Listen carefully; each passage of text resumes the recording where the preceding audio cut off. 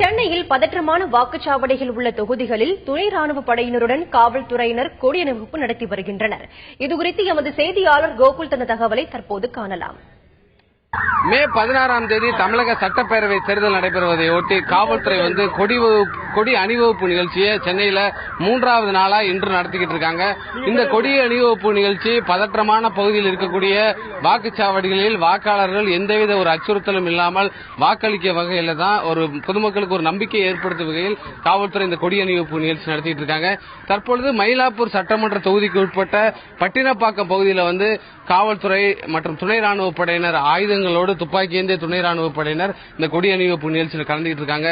ஏராளமான பொதுமக்கள் சாலையில் இருக்கக்கூடிய இந்த வீதியாக சென்றுதான் இந்த கொடி அணிவகுப்பு நிகழ்ச்சி நடைபெறுகிறது.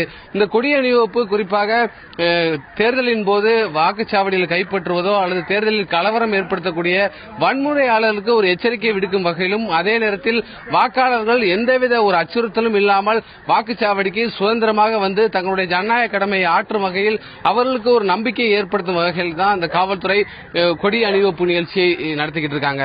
தந்தி செய்திருக்காக ஒளிப்பதிவாளர் மணிகண்டனுடன் செய்தியாளர் கோகுல்.